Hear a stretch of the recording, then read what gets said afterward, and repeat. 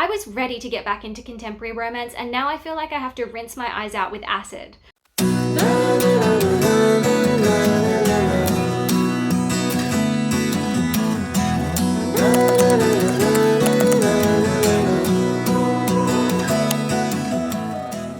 Hi, I'm Lucky's Universe, and for this week's video, I tried to get into the Christmas spirit by reading the worst book I have ever read. Let me just say, this was not supposed to be a hate video. I set out to read a fun, light-hearted, entertaining, cheesy Christmas romance, and instead I got Confessions of a Christmasholic. Honestly, in hindsight, I should have known by the AI cover and the very vague blurb that this was going to be low budget and low reward. But I genuinely didn't think that books could be this bad. It's so bad that when I started reading it, I thought it was written by AI. From the writing to the characters to the plot, there is no saving grace of this book. It is horrendous. And now you have to hear about it. This video will contain spoilers. I'm going to walk you through Confessions of a Christmasholic start to finish so that you never have to read it. Trust me, if you ever see this book in a store, in a library, run. This was supposed to be a reading vlog video, so I do actually have footage of me reacting to the book. I'll edit them in somewhere so that you can witness my descent from hope to confusion to rage in real time. So grab your tea, grab your coffee, grab an alternate beverage of your choice, and without further ado, let's get this over with. Confessions of a Christmasholic is centered around two characters. The first is Sutton. She's a 29-year-old occupational therapist who finds herself in the small British town of Conningworth on the tail end of a round-the-world trip. Basically, Sutton's best friend Layla was supposed to go on this trip with her, but at the last minute she bailed, and she's also borrowed a ton of money from Sutton and hasn't paid her back, so Sutton is flat broke. She has just enough money to get her to Conningworth, where she knows her uncle has a house that is vacant, and she plans to squat there for a few weeks until Layla pays her back. Sutton's dream is to get to London for Christmas and New Year's, which is a plan that she made with Layla. Layla is supposed to meet her in London. Sutton also wants to be in London to interview for an OT job at a hospital. Anyway, Sutton is obviously super upset by the information, so when she gets to Conningworth, she gets blind drunk, and now she is stumbling down the street looking for her uncle's house. She comes across a house that is absolutely covered, head to toe, in Christmas decorations, and assumes that this must be the house of the man that the villagers call Mr. Christmas. Apparently, Mr. Christmas owns a year-round Christmas shop in town and is in charge of every Christmas activity and event that happens in Conningworth. Pretty much the only thing that Sutton knows about this guy is that he lives and breathes Christmas. Sutton hates Christmas. Her dad left when she was young, her stepdad also left, her mum worked a lot, and so Sutton was left to kind of raise her younger brothers by herself, and because of that, she doesn't have a lot of cheery memories around Christmas time, which you think would be a huge part of her character, but don't you worry, she changes her view on Christmas in like 5 minutes, so it actually doesn't matter. Sutton pauses by this big Christmas house and is faced with a strange sight. There is a man in the front yard just beating up this giant inflatable Santa and yelling like, "I hate Christmas! I hate Kate's Christmas shop! I just hate it! It's so stupid!" Sutton then gets out her phone and starts filming. She thinks this is hilarious. And then she decides, hey, I also hate Christmas. I also want to get in on the action and beat up Santa. So she then approaches the man. The man is none other than our second main character, Gus, aka Mr. Christmas. He runs an outdoor adventure shop, which is also next to his all-round Christmas shop, which is called Kate's Christmas Shop. It's named after his late wife, who died in a car accident a few weeks before opening her dream shop, leaving Gus to run the store and pursue her dream and also raise the twin babies. And if you think that's an important part of his character and you should remember that, don't even worry about it, because the author will remind you that he's a single dad running 2 businesses with a dead wife every single chapter. In reality, Gus actually hates Christmas. It was his wife who loved Christmas and wanted to open the shop and was involved in all the village Christmas activities, and so he kind of took it over after she died to honor her memory, but he doesn't really like Christmas. Gus is clearly concerned and confused when Sutton approaches him, and even more so when she face plants in his front yard. Not only that, but Sutton has also destroyed a bunch of his Christmas decorations and short-circuited the power of the house, so he does the only thing that one can do in that situation. He carries her inside and lets her sleep on his couch. The next day, Sutton wakes up and doesn't really remember much of what's happened the night before. What she does know is that she's lying on a couch opposite a very hot and perturbed man and his very curious 4-year-old twins. They're Rosie and you got Felix. She finds out that the house that she was planning to squat in is actually occupied, so she has no money, and nowhere to stay. She does briefly consider blackmailing Gus with the video footage she took of him punching Santa and screaming that he hates Christmas, because that would not be good for his brand. But then she brings it up with him and immediately dismisses the idea and then deletes the video. Despite the attempted blackmail, within the space of a day, Gus offers Sutton a short-term job as his live-in nanny. She obviously accepts. At this point, there is also some underlying sexual tension because plot, I guess. However, in true contemporary romance fashion, both Sutton and Gus have decided that they can't fall for one another because it's just going to make things awkward, and this is just some thinly veiled attempt at creating conflict in the novel. I don't know. Alright, I'm about 70 pages in and I have thoughts. It's bad. It's so bad. But you know what? I didn't pick this up because I was planning to have a mind-blowing literary experience. I picked this up for some fun Christmas romance. And you know what? I think it's giving. So far we have our setup. We've got Sutton, she doesn't have a job. We've got Gus, the hot Christmas dad. Just based on the blurb and what has happened, I really did think that Sutton was going to blackmail Gus with the Christmas beating up inflatable Santa video. But then she says in the book that she feels really bad about it. She tells him, I feel so bad, I'm actually not gonna blackmail you. And he's like, okay.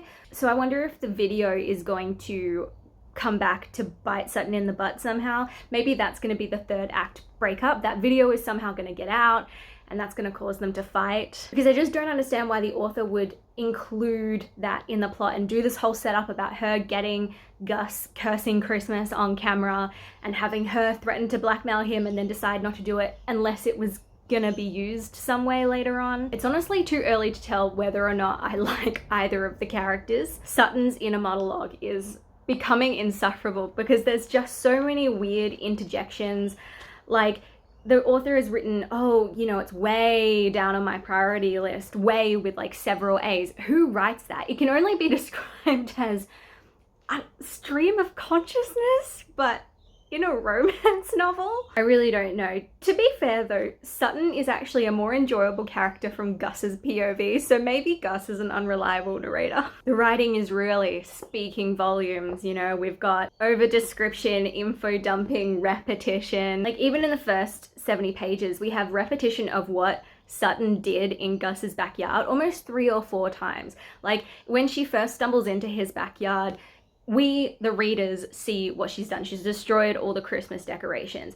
And then Gus, carries her into the house and then also explains what she's done again. And then we switch to Gus's POV and then he re-explains what Sutton has done to destroy his Christmas decorations. And then the next chapter, when Sutton wakes up in Gus's house, she asks Gus what she did last night and then he explains again that she destroyed all the decorations. We the readers, we know what happened. We don't need to hear it 3 times. But like I said, I'm not here to read the next New York Times bestseller. I'm just looking for some fun Christmas reading. And so far I think this book is delivering, so we'll see how we go. So the day after Sutton is offered this nanny job, she discovers that she likes Gus. She has feelings for him. I guess the author thought, this book is only 300 pages. We need to move it along. Sutton has also decided, and I quote, he's the most interesting and compelling man I have ever met. We're 100 pages in at this point. I'm not the main character of a romance novel, but I have never met a man, known him for 1 day, and have found him more interesting and compelling than anyone else I have ever met. Anyway, so now that Sutton is not blackmailing Gus with the video footage and Gus also likes Sutton, there's nothing left to move this plot forward. So the author decides to introduce a new goal. Sutton wants to make Christmas the best Christmas ever for Gus's kids. Remember how I said that Sutton doesn't like Christmas? Well, now she loves it, apparently. There is a running theme in this book of character traits chopping and changing whenever it suits the story. Sutton is now curious as to why Gus seems to hate Christmas, but you know, he's tortured and he's brooding, so he's not gonna say anything to her about it, and we don't know why he doesn't like Christmas. There's another whole thing about him being an ex-soldier, but it's actually not really important to the story, but maybe that's why he's so stoic and reserved. Honestly, it doesn't matter. Nothing in this book matters. Sutton starts to spend more time with Gus's kids and she's getting a bit attached. This is a big part of the reason why she doesn't want to fall for Gus, because after a childhood of raising her younger brothers, Sutton does not want to take on the responsibility of more kids. Even so, Gus and Sutton have a bit of a flirty back and forth thing going. Like they clearly know they like each other. Sutton even meets Gus's mother-in-law, who is your stereotypical rich fancy grandma. I don't remember what her name is. I think it starts with M. The grandma originally hates Sutton and then switches up in the space of one chapter, and then suddenly starts shipping Gus and Sutton because she feels like Gus needs to move on from his dead wife Kate. We also learn a little bit more about Sutton and Layla's relationship. They've been friends since they were 5. They know each other's secrets. They've been with each other through everything. They planned this whole big world trip together. They've been planning it for years, saving for years, but then at the last minute, Layla said that she couldn't go because of work commitments, so Sutton decided to go on the first half of their planned trip solo and then meet back up with Layla in London. However, just as Sutton was getting on a plane to fly to the UK, Layla calls and asks to borrow a large sum of money for an emergency, which Sutton obviously gives her. This is the last of Sutton's holiday fund, but Layla says she's going to pay it back in like a day or two, so Sutton doesn't think anything of it. Days turn into weeks. Layla has completely ghosted Sutton. She's not returning her calls, not answering her messages. She's just completely ghosted her. Sutton doesn't hear from Layla in a while, and so while she's staying at Gus's house, she decides to check Layla's Instagram and sees that Layla has posted a picture of her on a beach in Mauritius, and Sutton is furious because she knows that Layla has now taken herself on a holiday using Sutton's money, which she desperately needs. Oh, and somewhere between page 100 and 200, Gus and Sutton have the spicy time. It's bland, it's boring, and I hope after this video I never have to speak of it again. Still, they decide not to get too attached because Sutton is still planning on leaving and going to London and she doesn't want kids, so. Gus also gets invited to a convention in another town for owners of Christmas shops. Kid you not. Gus wants Sutton to go with him to this convention, so she agrees, but it's mostly because so they can have more spicy time. I'm 200 pages in, and this book is a mess. The only way I can describe it is horrific. Somehow everything is happening, and yet also nothing is happening, and the writing is so terrible, I honestly don't know where to start. Like I said in my other response, there's a part at the start where we hear of Sutton trashing Gus's garden, and then in the next chapter we hear about it again, but just from Gus's point of view. That pattern continues through everything that I've read so far. There is even a chapter where we meet Gus's mother-in-law, and she doesn't really like Sutton, and so she wants to have a private conversation with Gus, and this is from Gus's POV, so he's having this conversation, and then he gets into the car with Sutton, who wasn't part of that conversation, and then repeats everything that he just said to his mother-in-law, to Sutton. So we hear about the situation twice. It's like reading a book twice. And aside from that, it's just all tell, no show. And we just hear the same details over and over again. Like, we get it. Gus's wife died in a car accident. We hear about it in every chapter. Sutton's dad left. Her mum wasn't around very much, and so she had to raise her younger brothers by herself. Yeah. We get it. We know. We hear about it every chapter. And just to really drive home the quality of the writing and the absolute chaos that is this book, I have been tabbing as I'm going some notable passages that I might read to you. So one thing this author has a habit of doing is over-explaining things that we don't actually need. A big part of writing is not explaining too much, not spoon-feeding a reader. Instead of saying, he was sad, you would say, his eyes darkened, tears welled in his eyes, something like that. Something that infers the emotion without actually having to state the emotion that the person is feeling. This author does not care about that at all. For example, I wish I did. It was the best part of the job, Gus replied, but I can't be away from the twins, so I subcontract people to do those trips. Sutton instinctively understood he missed being active, missed the challenge of that aspect of the job.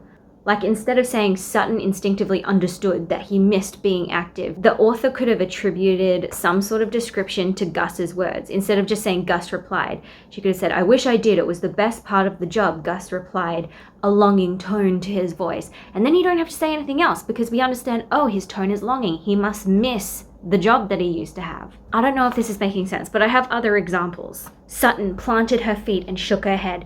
If she was the subject of conversation, she'd prefer to stay. Gus's eyes met hers, and she caught the tiny shake of his head, his silent request to let him handle this situation. See what I mean? The author always has to take it one step further by explaining what the actions mean. She could have just left it at Gus's eyes met hers and she caught the tiny shake of his head. Because from the situation that is occurring in the book, it's very clear. Sutton wants to do something, Gus doesn't think it's a good idea. So she sees him shake his head and that's him telling her that she shouldn't push it. But the author then goes on to explain that like we don't already know it. It's just so, I don't even know how to explain it. This book is frustrating me so much. I mean, there's just phrases like, her ovaries perked up. Did not realize that ovaries could do that, but okay. There's also this terribly uncomfortable scene where Gus and Sutton are in the car together with Gus's 4-year-old twin children in the back seat, right? And Gus asks Sutton what color bra she's wearing in front of his kids. And then they start to have this, you know, innuendo-filled conversation with the children present. And no one thinks that's weird. Speaking of Gus's kids, I think we should also talk about how little anyone cares about Gus's son. Gus has 2 children, right? Twins, a girl named Rosie and a son named Felix. And yet for some reason, no one gives a shit about Felix. All anyone ever talks about is Rosie. Rosie is the only one who's focused on, the only child who's ever mentioned. Rosie's super bright, Rosie's super talented, Rosie's super inquisitive. Felix is just there. No one ever talks about him. It has to be a plot point, right? There's no way that it's unintentionally done. Because there's just no way that an author could write a father that so clearly favors one child over the other and not have it be a plot point. But we are 200 pages in and this has not been addressed yet. So I'm starting to get worried that this is just an unconscious bias from the author. It's actually really sad. And I guess we should probably mention we've already done the sex. 200 pages in. It was, you know. I've got just over 100 pages to go. I'm gonna finish it tomorrow, and to be honest, I cannot wait for this book to be over. I need to go to bed. While at the convention, a really drunk woman gets on the stage and announces that she is the mistress of this other guy that Gus knows. And this is in front of his wife. This makes Gus uncharacteristically angry. He gets really angry at this situation, and we finally get to hear why he hates Christmas so much. Sutton finds out that Gus's wife actually cheated on him before she died. No one else knows, not his mother-in-law, not the kids, no one in the village. So Gus is stuck carrying on Kate's Christmas dream to, I guess, both preserve the illusion of being a doting husband and also making sure that no one else finds out what Kate did, because it's gonna, you know, ruin her memory. I know, this man's internal savior complex is worse than my will to live at the moment. We skip through a bunch of unimportant characters doing unimportant stuff. Gus and Sutton have more spicy time. Then we get to the last 60 pages and Sutton gets a call from Layla. Layla apologizes for everything, gives a bunch of excuses, pays Sutton back her money and promises to meet her in London for Christmas. Sutton decides to believe her. This makes Gus mad because he thinks that Layla is manipulating her and that she's not going to show up, but Sutton's trying to believe the best of Layla because they've been friends for so long. Gus and Sutton have this, you know, sad, heartbreaking moment where, you know, they admit that they have feelings for each other and they have all this chemistry, but they know that it's not going to work because Sutton is gonna leave. And then the most Wattpad-esque thing happens. So you know how Sutton wanted to interview for this occupational therapist job at a hospital in London? She gets a random unsolicited video call while she's wrapping Christmas presents. She answers it. It's these 2 men in suits. Turns out they are on the hiring committee of the hospital she wants to work for, and they're like, we know we haven't planned this interview. We know we're calling you out of the blue, but we've just lost 2 of our best staff and we need people now. So can we interview you right now on the phone? And Sutton's like, okay. 30 minutes later, they're like, you're hired. When can you start?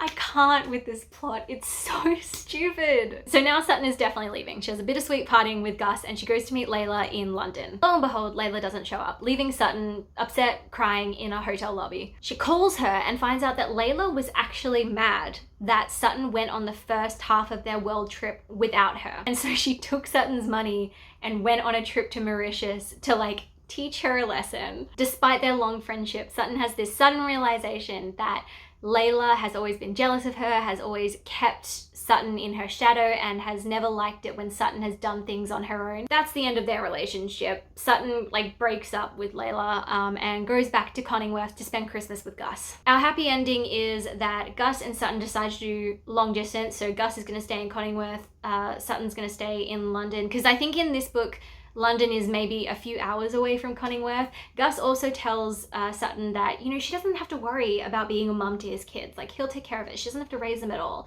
So I guess that magically works out. Gus also decides to give up the Christmas shop and focus on his own business. So Christmas is saved. The end. I finished it and I stand behind my original statement. This is the worst book I've ever read. So you know how I said I thought that the blackmail video was gonna come back and be part of the third act breakup? No. We never hear about it again. It's so stupid. I talk about it all the time, but Chekhov's gun, you guys. Do not put a gun on the wall unless the gun is gonna go off at some point. And I don't understand the whole setup of her filming him, you know, being anti-Christmas, dangling it as potential blackmail, and then deciding she's not going to use it, and then never have that come up ever again. Then why have her video him and, you know, have the potential blackmail, have the option of blackmail there if you're not going to then use it or have it come up at some point? It's just bad storytelling. The antagonist, the big bad of the series, is her best friend Layla, which again I think is just a really poor choice because we don't even meet Layla in person. You cannot have this intangible character who we only hear talking over the phone, once, twice, to be Sutton's turning point, to be the big reveal of the story. It just makes no sense. It's so underwhelming. Everything in this book is so convoluted. Facts about characters just randomly appear so that it suits the story. Characters undergo random personality changes at any time. And then everything gets wrapped up in what I can only describe as a Wattpad-esque ending. The part where Sutton lands her dream job genuinely had me rolling. I'm trying to be nice about it, but it's so bad. And you know how I thought that Felix, the boy twin, was gonna, him being ignored was gonna be a plot point? Nope. Everyone just favors Rosie. Poor Felix, he's so left out. None of the characters ever talk about him. They only compliment Rosie, they only talk about Rosie, they only talk about raising Rosie. Everyone's just Rosie, Rosie, Rosie all the time. No one ever mentions Felix.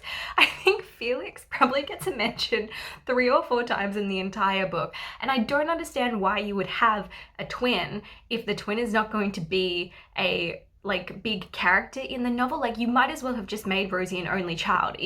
Felix being in the story doesn't have any effect on the plot whatsoever. I wasn't asking for much when I read this book. All I wanted was a fun, silly Christmas romance. And you know how some books are so bad that they're good, you know, and you enjoy the process of reading them because it's so ridiculous, it's so silly. That's what I thought this was gonna be when I first started reading it, and that's why I persevered. But sooner or later I did find out that this book is not bad in a fun way, it's just bad in a bad way. This is not even the worst romance book I have read.